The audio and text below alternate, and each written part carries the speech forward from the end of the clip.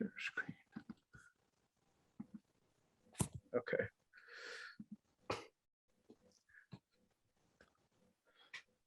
Geshe, would you like to lead the refuge and bodhicitta prayer, or would you like me to do it?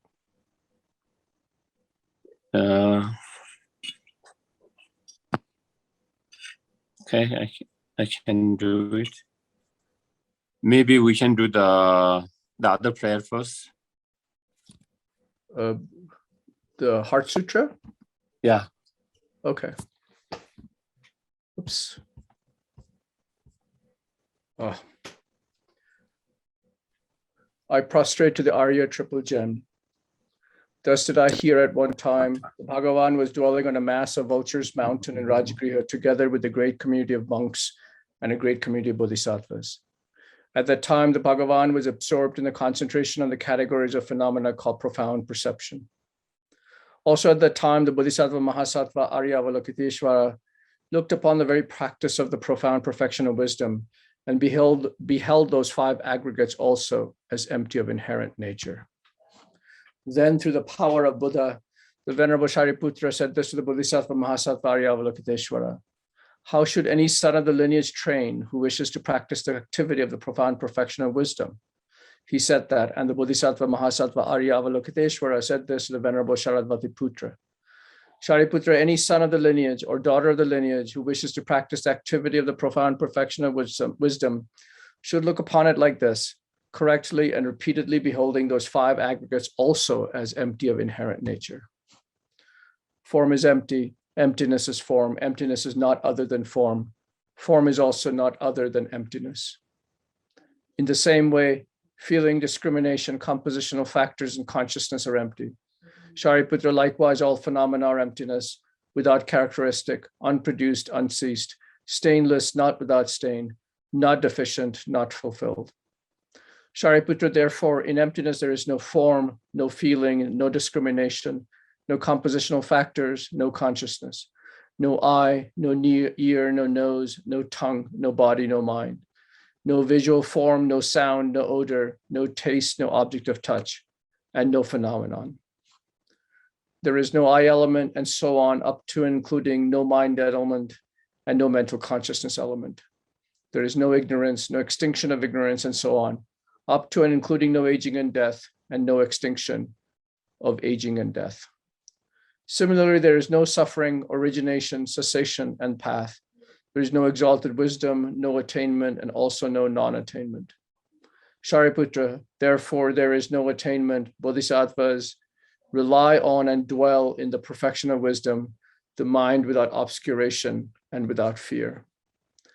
Having completely passed beyond error, they reach the end point of nirvana. All the Buddhas who dwell in the three times also manifestly, completely awaken to unsurpassable, perfect, complete enlightenment in reliance on the perfection of wisdom.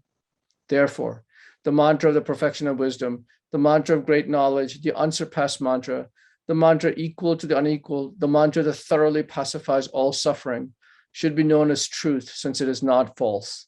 The mantra of the perfection of wisdom is declared, Tayata Om Gate Gate Paragate Parasam Gate Bodhi Soha. Shariputra, the Bodhisattva Mahasattva, should train in the profound perfection of wisdom like that. Then the Bhagavan arose from that concentration and commended the Bodhisattva Mahasattva Arya Avalokiteshvara, saying, well said, son of the lineage. It is like that. It is like that. One should practice the profound perfection of wisdom just as you have indicated. Even the Tathagatas rejoice. The Bhagavan, having thus spoken, the Venerable Sharadvati Putra, the Bodhisattva Mahasattva Arya Avalokiteshvara, and those surrounding in their entirety, along with the worlds of gods, humans, asuras, and Gandharvas, were overjoyed and highly praised that spoken by the Bhagavan.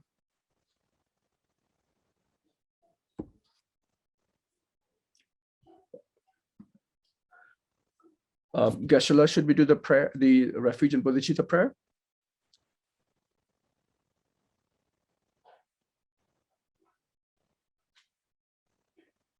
Oh, we can't hear you, Geshe, because you're on mute. For refuge until I'm enlightened to the Buddha, the Dharma, and the Supreme Assembly. By the merit I create to listen to the Dharma, may I become a Buddha in order to benefit all sentient beings. Sangye Sotang Soke Sonam La, Chanchu Badu Dane Kyab, Laki Shushe Kibe Sonam, Lola Penche Sangye Duba, Sangye Sotang Soke Sonam La, Chanchu Badu Dane Kyab, Laki Shushe Kibe Sonam, Lola Penche Sangye Duba, Sure.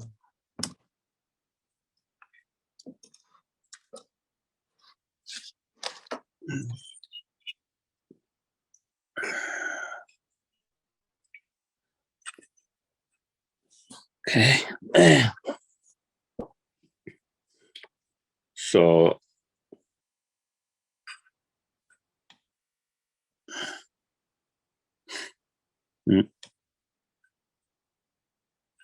Geshe, I'm sorry to interrupt you. yeah. Am I still sharing the screen? Oh, stop share. Never mind. Sorry. Sorry, Geshe. Please continue.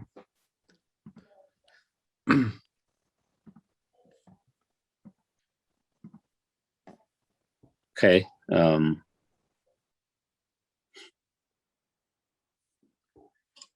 So as I mentioned at the very beginning, today I think maybe we could keep the it's a little bit shorter, and today's evening, and we have been discussing on the two truth, and within that two truth, we finish on discussing on the conventional truth, and we are on ultimate truth, and within that, the division of the ultimate truth, in terms of 2, 4, 16, according to the object of the ultimate, that is the emptiness. And also there was a divisions of the actual ultimate truth and similar or concordant ultimate truth. And I think we're on that, particularly on that. And that within that, in terms of the two kind of ultimate, in terms of the actual ultimate and concordant, then also within that, according in regard to in relation to the object and in relation to the subject, the mind itself. And then there was discussions on, in some of the commentaries, where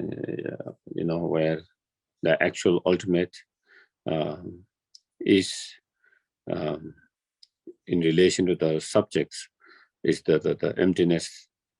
The reasoning consciousness or wisdom that realizes the emptiness directly, and the similar or concordant ultimate is the wisdom that realizes emptiness, but not directly, but with the reasoning, with a concept, by using reasoning, logic, science. So I think we were on that, just to kind of summarize a little bit what we have discussed.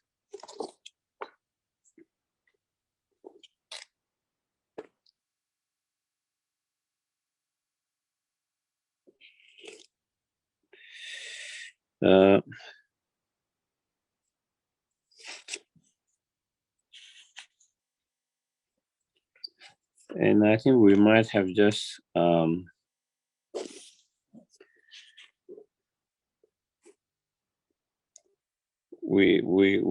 think we completed. I think we are in page number 273 in terms of the PDF.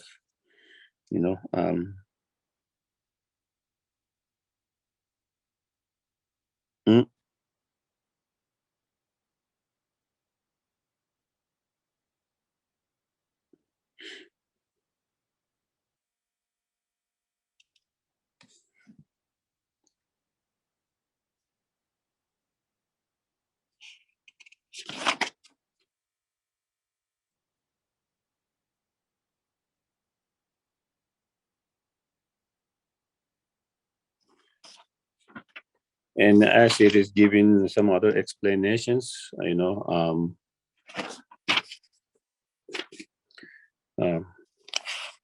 and I think we finished 273. I think where it is the E in the relation perspective of this mind, it is necessary to explain two more, also with the respect to ultimate objects. I think we completed that. And some of them, there is some, some discussions about the object of negation being, affirming negation or not. So I don't know. We need to go in that different.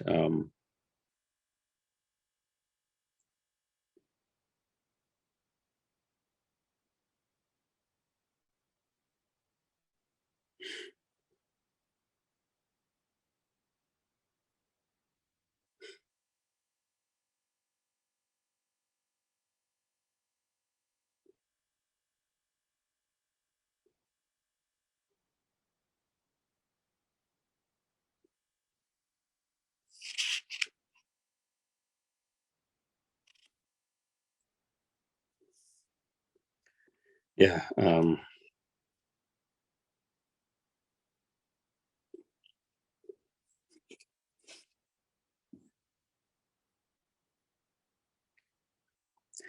then in page number 274, again, there is a little bit of, again, explanation of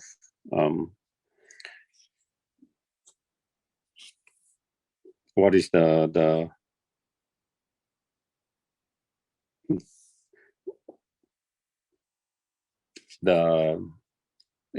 actual ultimate and concordant or similar ultimate, as it explained for the ornament of middle, explain that although negation of ultimate productions, so negation, ultimate or truly productions, cessations, and so forth, like it's included among real conventionality,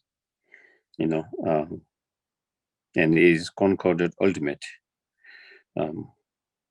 because it's according with the ultimate. So it is not actual ultimate, but is concordant or similar ultimate. And as for the ultimate or actual ultimate, then in that text, it says that the entire web of elaboration, such as the existent, non-existent of things, has been abandoned, So meaning that in actual concordant, then there is no dualistic view or appearance, that is elaborations, so any kind of elaborations. So therefore, in that auto committee, it says it's not empty, it's not also not non-empty, it's neither empty, neither non-empty. It's not existent, not non-existence. The moment you have this idea or concept or appearance of empty and not empty, then it is dualistic, and it is elaborations. With the moment you have this idea or concept or the view or the appearance of existing, non-existent, then it is dualistic. Neither produce nor produce. And the moment you have this kind of view, idea, concept of being produced or not being produced, again, it is a dualistic. It's two dualistic. Such is what Blessed One has taught. So the Buddhas explain or taught, ultimately, of course, unconventionally, there's existing, not existing, there's a produced, unproduced, there's empty, non-empty, but on ultimate level, there's none of them, So it is similar in the Heart Sutra, where there's neither division, neither fulfilled, neither is so there's similar statements, So on ultimate level, there's none of that. And from the objective side, as well as in the mind, So objectively, there is no such differentiation being existing, non-existence on ultimate level from objectively, empty, non-empty, produce, unproduced.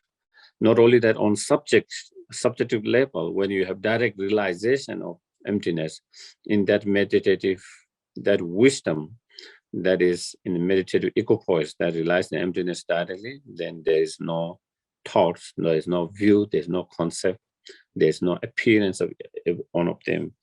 And the moment you have that elaboration, then that is the wave of elaboration. Why is that? It is because it is without elaborations.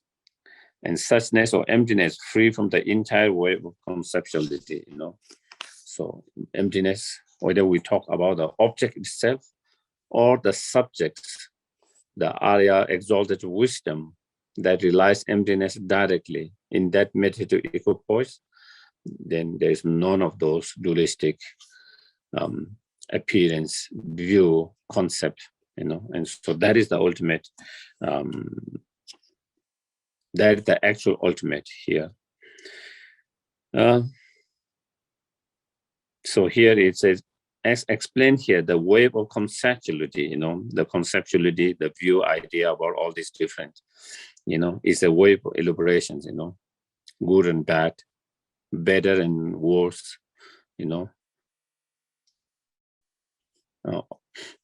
samsara, nirvana, we and them, all of those kind of concepts, are the wave of elaborations. However, since those stop in a perspective of direct realization of suchness, so when Arya beings, when they have a direct realization of emptiness, then all this dualistic appearance, view, conception, all, cease. Therefore, that is what the actual ultimate. So therefore, from the subjective point of view, the wisdom realizing emptiness directly, that is the ultimate, actual ultimate. And the object of that, subject is the actual ultimate. A reasoning consciousness. So that reasoning consciousness here, referring to not realizing emptiness directly, but realizing emptiness with a reasoning, logic, sign, analysis, which is unlike, along with its object, is similitude. So it's a similar, but not the actual ultimate, of the formal one, actual ultimate, so forth as before, and it has always been discussed as before.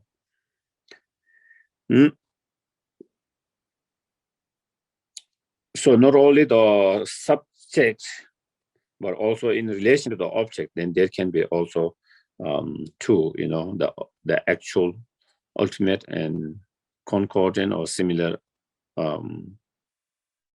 ultimate that are the object of those two different subject mind. And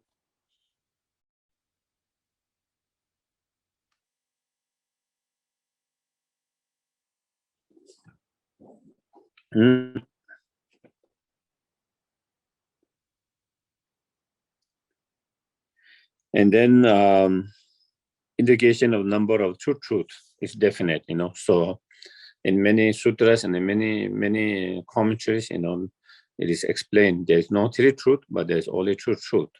So the conventional and ultimate truth, that is definitive, we don't need more than that. We don't need more than that, there's no more than that true truth, and no need for more than that true truth.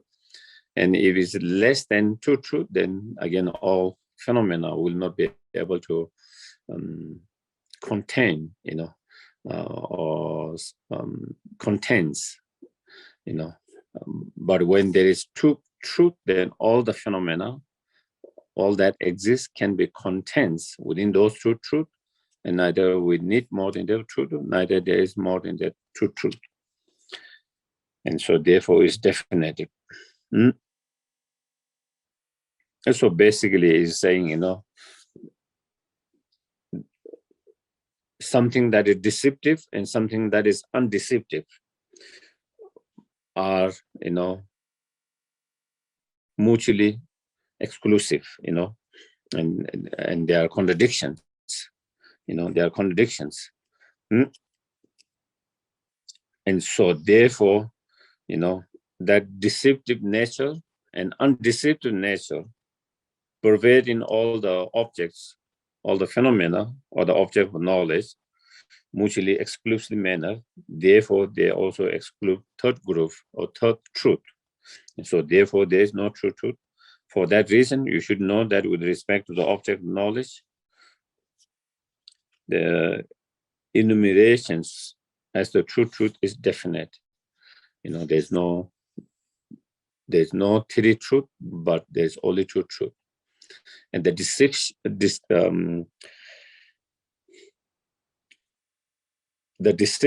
deceptive objects are the conventional phenomena, and non-deceptive objects are the ultimate truth. So that is that truth. So if there is any truth, it could be either deceptive or non-deceptive. There can be third. There can be third. If something is non-deceptive, then it has to be deceptive. If something is not deceptive, then it has to be non-deceptive. There's no other third possibility. And therefore, either it has to be deceptive object or it has to be non-deceptive objects. And therefore, all those deceptive objects are the conventional truth, and all those non-deceptive objects or phenomena are the ultimate truth. And so therefore, there is no third truth because of that. And then in the sutras, meeting of Father and Mother, it's clearly mentioned, in this manner, Tathagatas realize, the Buddha realize true, true truth, conventional and ultimate truth. Objects of knowledge are also exhausted in the conventional, or the exhausted here mean, there's no, it ceases, there's no other than those two, conventional and ultimate truth.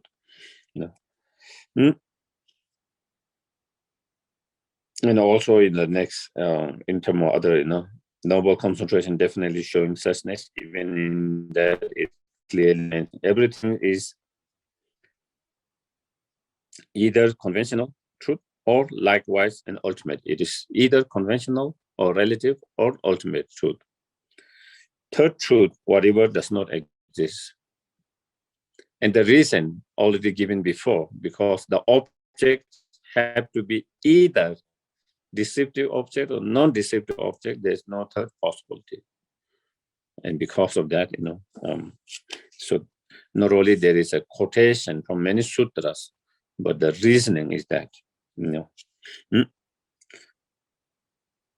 So here, Lamrim Tsongkhapa explaining why he's going in such a depth on true truth, he goes so much depth in the true truth. And so the reason is, if you know the divisions between the true truth, the conventional ultimate truth, profoundly, deeply, then you will not be confused about the word of the sages, the Buddhas, Whereas if you do not know those divisions, what is the true truth, conventional and ultimate truth, what is conventional truth, what is ultimate truth, if you don't know profoundly and more deeply or more details, then you will not know the essence of his teachings. So it's very important to understand true truth, that we don't get confused. Very often, a lot of time, people get confused. A lot of time, people get confused, not understanding true truth. When we explain, from the ultimate point of view, with that kind of ultimate analysis, reasoning analysis, when you investigate and when you cannot find the objects within the basis, and when ultimate explain is explained, ultimate truth explained, or emptiness explained from that, then due to not understanding truth well, then they think, oh, then there is nothing. Then there is nothing. Then there's nothing. Then there is no person. Then there is no mind. Then there's no body, and there's no experience, good or bad, and everything. And so then there's danger falling nihilism. Nihilism. On the other hand, when we explain or see, there is a person, there is the experience, there is the mind that experience the experience, there is the body, and all of that object, then again we think, oh, there's inherently existing object. There is inherently existing person, experience, the mind, the body, and all others. So again, we fall in another extreme. And that is due to not understanding the truth well. If we have understanding the truth, then we wouldn't fall to any of those true extreme. Without falling in one truth extreme, you will be able to find the middle way. And middle way where the non-truly existing and existing by other factors, or existing by merely level of mind, where they don't contradict, but actually it mutually support each other. So then you don't fall into one. And so that is why if you don't understand truth well, then there is a confusions that could lead to confusions of the Buddha's teachings. And in a sense, to misunderstand or wrongly have wrong understanding of the Buddha's teachings. And not only we need to understand the truth correctly, but we have to understand truth according to the Nagarjuna's view. So there's where Lama Tsongkhapa. Moreover, you need to know it according to how the protector Nagarjuna determined in, because again, within the four Buddhist school of thoughts, each of them present their own truth, according to, there is a truth according to the school of Baba Shiga, Chedama, Baba Shiga, and so Tantrika and Siddhamadra and Madhyamika. So for those four school of thought, they all have their own presentation of truth, which are not exactly same, and so not only we need to understand the truth, but we need to understand the truth according to the Madhyamika or middle way school, not only Madhyamika middle, according to Prasankika Nagarjuna presentation. So that is important to have the correct, unmistaken understanding of truth. So that is where the emphasis. And that is also clearly mentioned in the commentary of the middle ways, by the Chandrakirtis. Outside of the path of the Lord Nagarjuna, method for preservation do not exist, So without understanding the Nagarjuna's point of view, such as about truth on emptiness, then, one cannot really have the subtle understanding of the emptiness, the ultimate truth. And without that subtle understanding of the ultimate truth, we cannot overcome the more subtle obscuration, more subtle afflictive emotions. And without overcoming more subtle afflictive emotion, then there's no way for cessation or the nirvana or freedom, With other understanding of, by realization and understanding of the, the ultimate truth of some of the other schools, with the realization of their presentation of ultimate truth or emptiness, we can overcome some of the gross level of afflictive emotions, but we will not be able to overcome the subtle level of afflictive emotions. In order to overcome the more subtle level of afflictive emotions, we need to have the realizations, the wisdom that relies the more subtle level of emptiness or ultimate truth. And that more subtle emptiness or ultimate truth is only presented by such as Nagarjuna, the Prasangika middle way schools. So that's why those are corruption of truth, of conventional suchness. Through their corruption, one cannot attain liberation.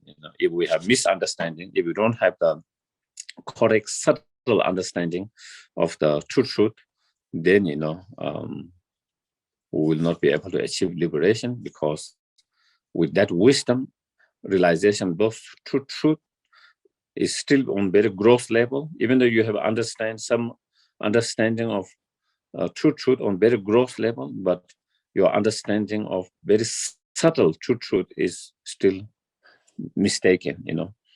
You don't have the more subtle understanding of more subtle true truth, and therefore one will not achieve or will not be able to attain liberation. Once conventional truth have turned into method, from method ultimate truth arises. So now when you have understanding of conventional truth unmistakably, because of that, as I mentioned, then you develop, so this statement can be understood in two ways. One is the object. Let's say when you talk about emptiness of one particular object, without that object you cannot, there's no emptiness of that object. So without that object you cannot understand you cannot have the realization emptiness of that object. Therefore that object becomes the method or the basis, and the emptiness is the wisdom realizing emptiness comes through by depending on that basis, depending on that object. So therefore that object becomes method, and the wisdom that realizes emptiness become the ultimate. From the method that wisdom arises, or that method give rise to that wisdom realizing the emptiness. That object give rise to the realization of the wisdom realization, the emptiness of that object. One way could be understood that,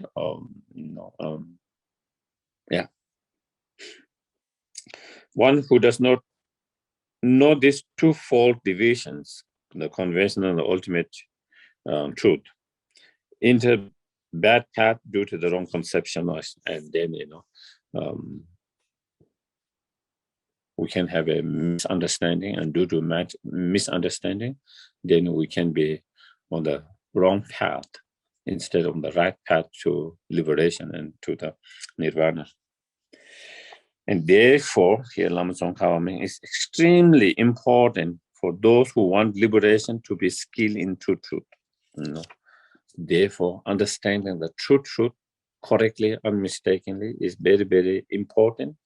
And therefore, that is why Lama Tsongkhapa spent so much time with so many pages trying to explain them in more detail and more depth. Sometimes it can be a little bit kind of, we might feel, sometimes it is going too much details, Sometimes we feel like we just need a very essence and simple and short, but, sometimes just by explaining very simple and very short, we might not have total full understanding. We could have some understanding, but maybe not depth understanding of it. And so therefore, that is why Lama Tsongkhapa try to explain in the more depth, with going more depth in that way. And then now, coming to the divisions of the special insight,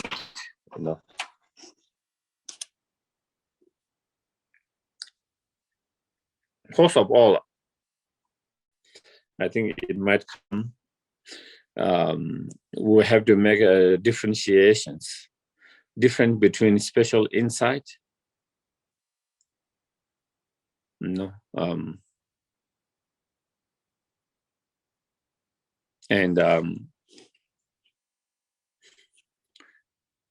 wisdom realizing emptiness, One can have wisdom realizing emptiness, but it might not become special insight. Also, there is a special insight, but which is not wisdom realizing emptiness as well. Will come, So in order to be when you try to be very precise, special insight, in order to have that the wisdom realizing emptiness of special insight, first you need to cultivate the karma abiding shamatha. Only then you can actually meditate and develop the special insight. Without the karma abiding or shamatha, one can still analyze, one can still meditate on emptiness, but that will be not special insight. Special insight is to analyze and meditation on emptiness through that kind of analysis on the basis of karma abiding and shamatha. So that is one thing. That is why here also special insight is presented later after Je Tsongkhapa. He presented the shamatha and or karma abiding already. Okay.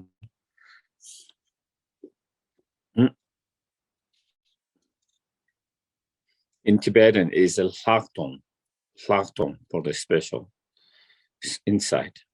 Hlak means tong means seeing, or understanding. Tong means it could mean seeing. So seeing doesn't necessarily mean seeing by eye, but seeing by your mind, mental factors, and that means kind of understanding, realizing.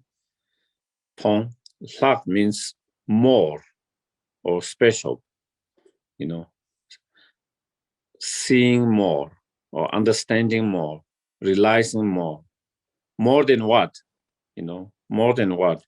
More than what karma abiding is able to realize, more than what karma abiding is able to see, through the karma abiding shamatha, you are able to see, and able to realize, able to understand certain awareness, certain aspect of the objects, such as your mind, whatever you try to focus on, but through this, on the basis of that karma abiding or shamatha, then when you engage in special insight through the practice of that, then you see more. That means you see the ultimate nature or ultimate truth or reality of that object that you have not seen with your karma abiding before, with your karma abiding or shamatha. So that is, so then within that you can see there are three, kind of outlines. And within that, here it says, once you gain the view, realizing the two types of selflessness. So that the selflessness of person and selflessness of the phenomena. Having attended the prerequisite of special insight, as explained before, that has been already explained before, you should cultivate special insight.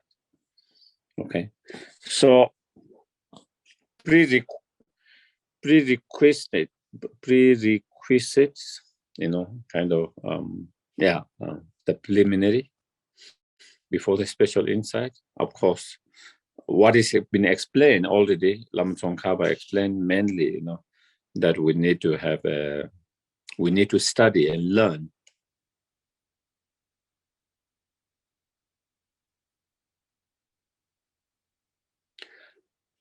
It is explained that is must and necessary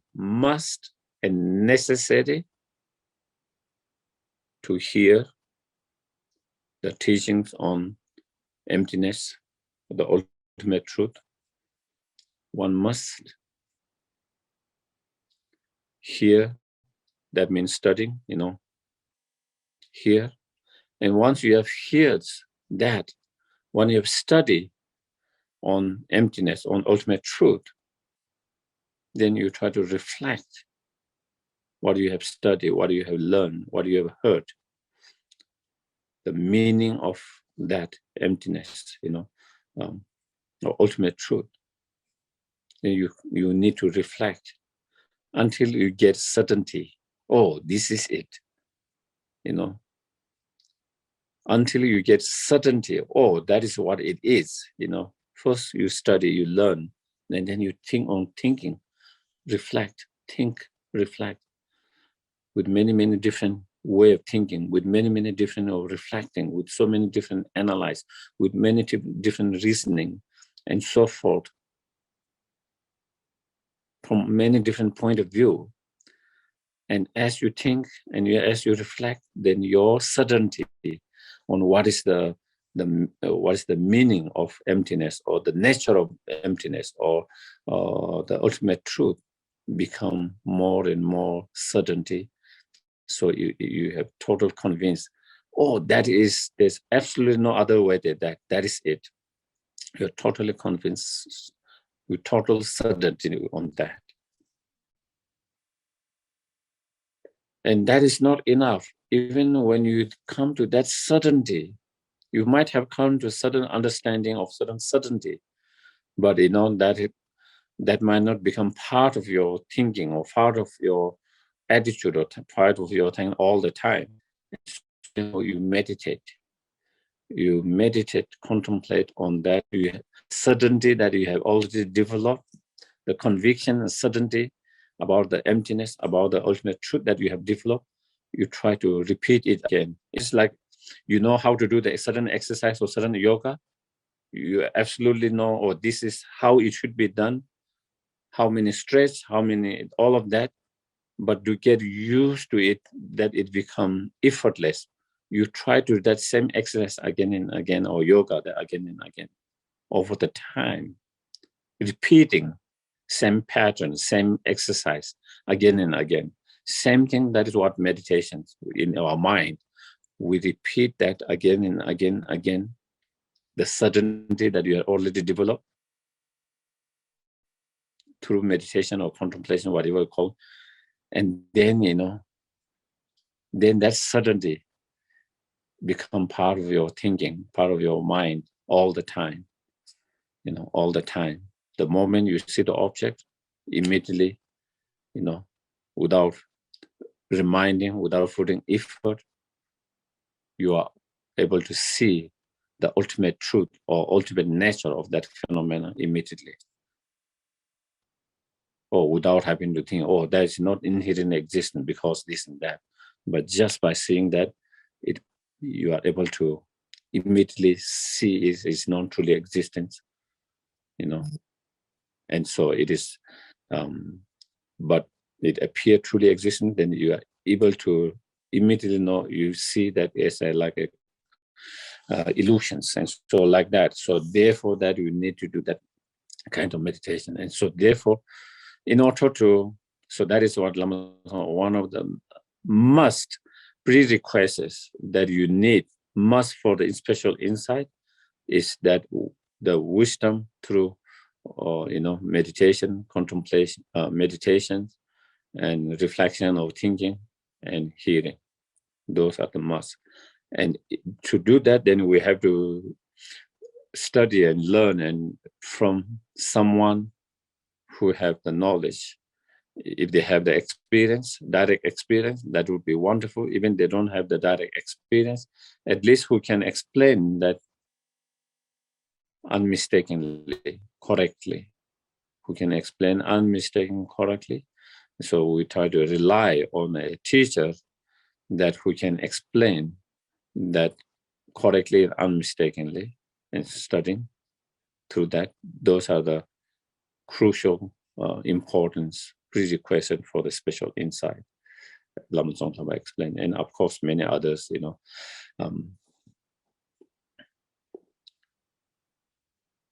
So you first study and from the qualified teacher who can explain unmistakably, correctly, And once you have studied, then you try to reflect, think again. And once we have that certainty, then we, supported by the practice of, we try to meditate and supported the practice of accumulation of merit and purifications. And through that, then we can have the realizations through meditations.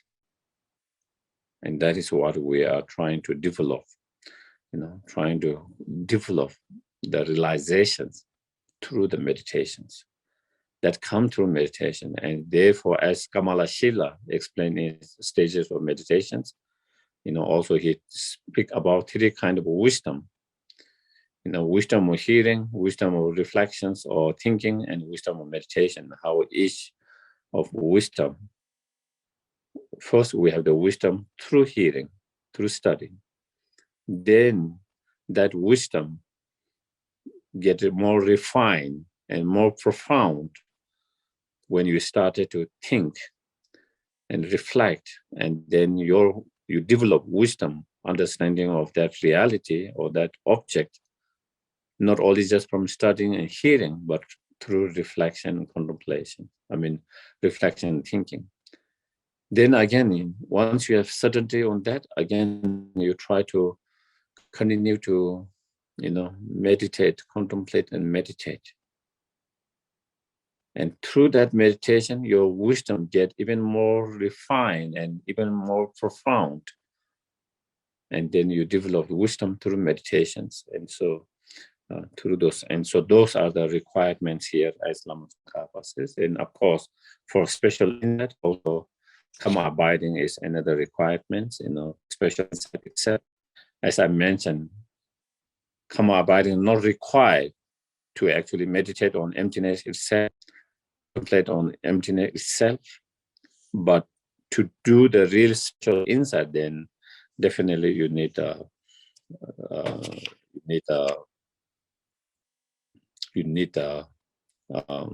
abiding as. So those are some of the prerequisites, and then of course, most of the prerequisites that is required for the Karma abiding also is, to a certain level required here, such as the practice of strong foundation of moral discipline or ethical discipline,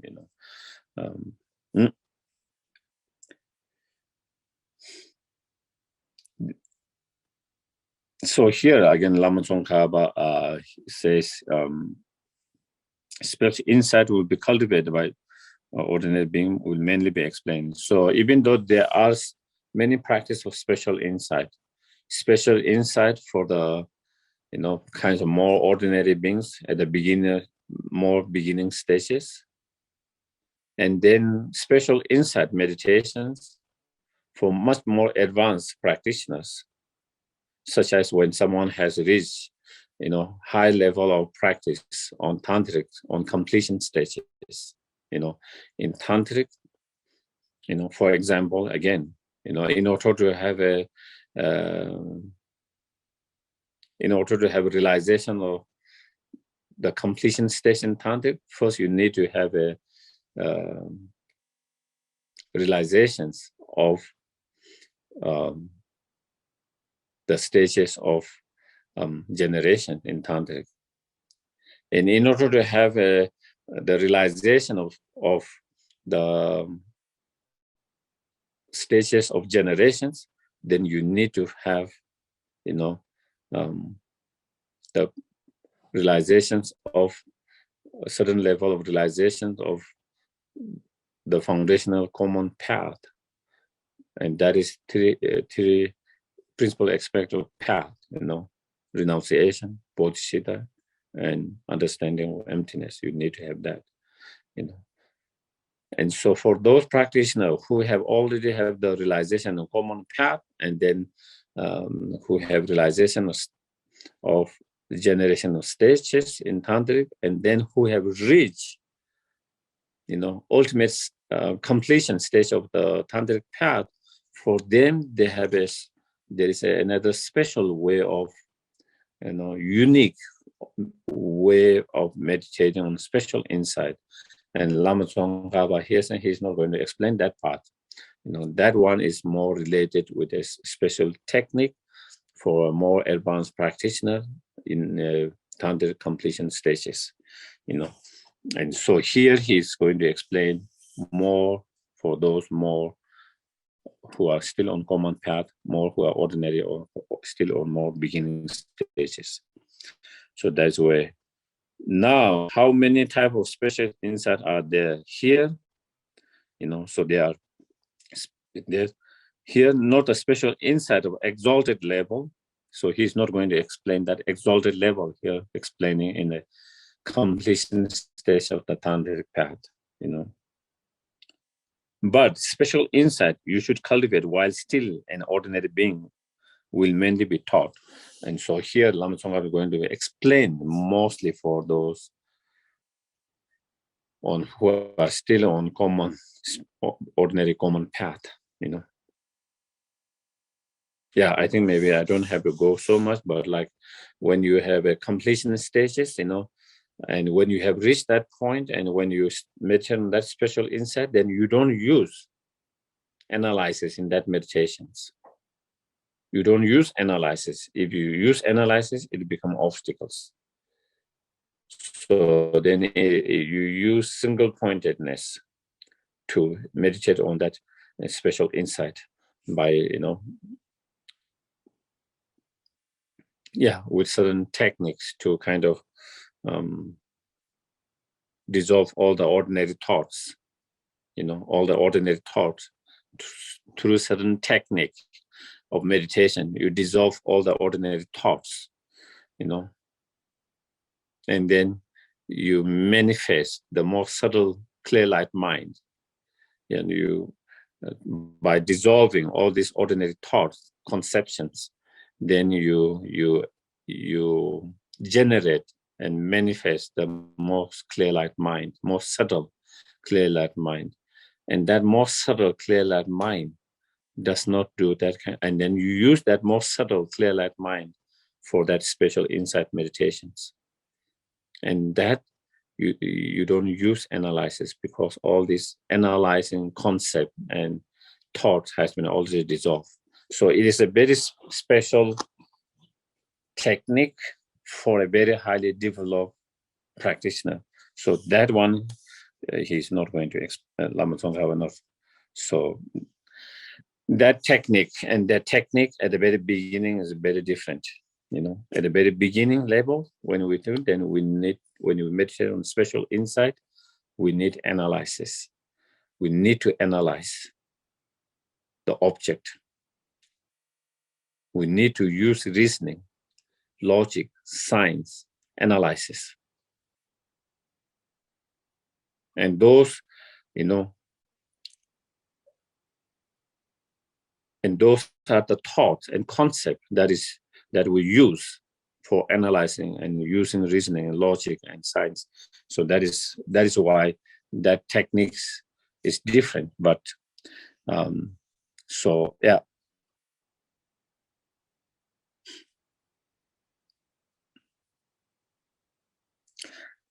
I don't know whether there is so much, like then in terms of the division of spiritual insight, then as it says, there are 4 natures, 3 doors, and 6 search modes. And so there's a way of dividing into 4, there's a way of dividing into 3, there's a way of dividing into 6, and then that is where next explanation comes, into, and those different divisions, the way we divide into 4, the way we divide into 3, the way we divide into 6, it comes from different sources, but basically,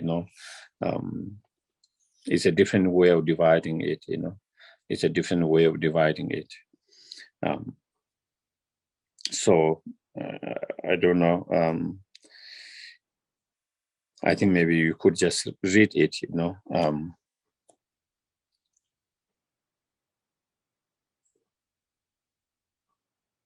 I don't think it is too difficult to understand, in terms of, the 4 divisions. The source is Sutra unrevealing the intent meaning. The source of dividing that is in that, the way it's divided in 3. So in that is, dividing 3,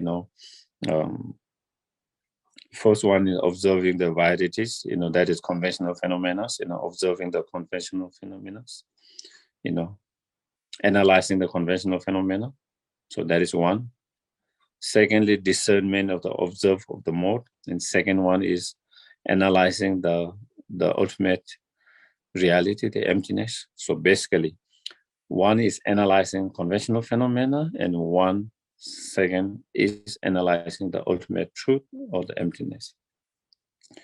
And the analyzing the conventional phenomena also has 2, and that is full investment and full analysis.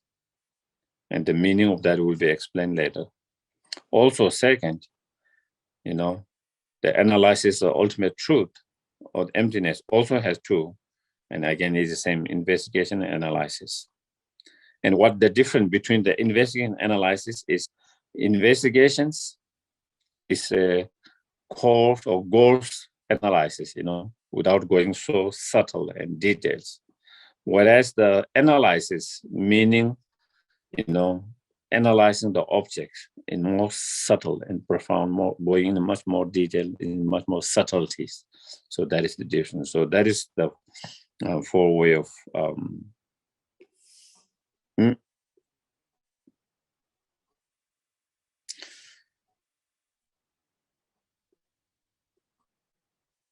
and then in terms of the 3, dividing in the 3, 3 way of special insight analysis,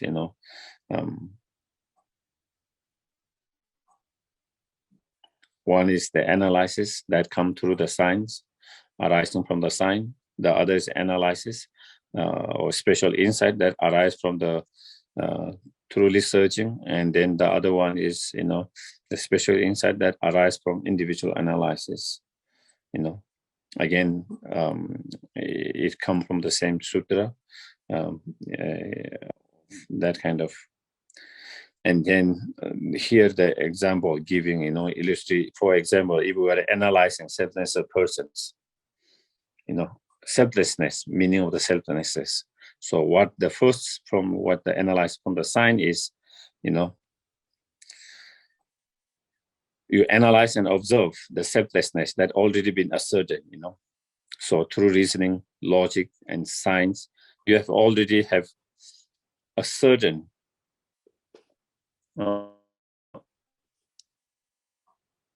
so I think maybe we might even the phone is saying now I'm in a low battery mode. Battery is going to run away.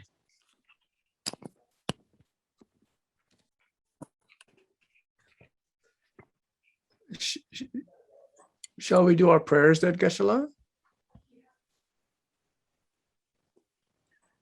I think maybe we could do that today. Yeah. Okay, because if that's okay. Maybe we stop before your battery runs out. Okay. Share screen. Okay, so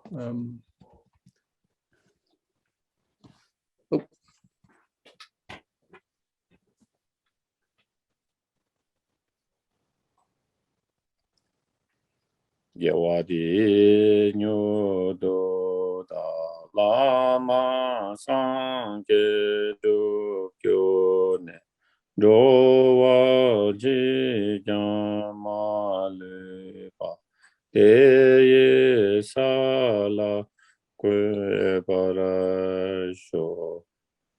May the Supreme Jewel Bodhicitta that has not arisen, arise and grow, and may that which is arising not diminish, but increase more and more. To chang xin chang gen jia wei, ten zin yong pe wei kun so to por zi, cho sun ku wei le mo tu tu,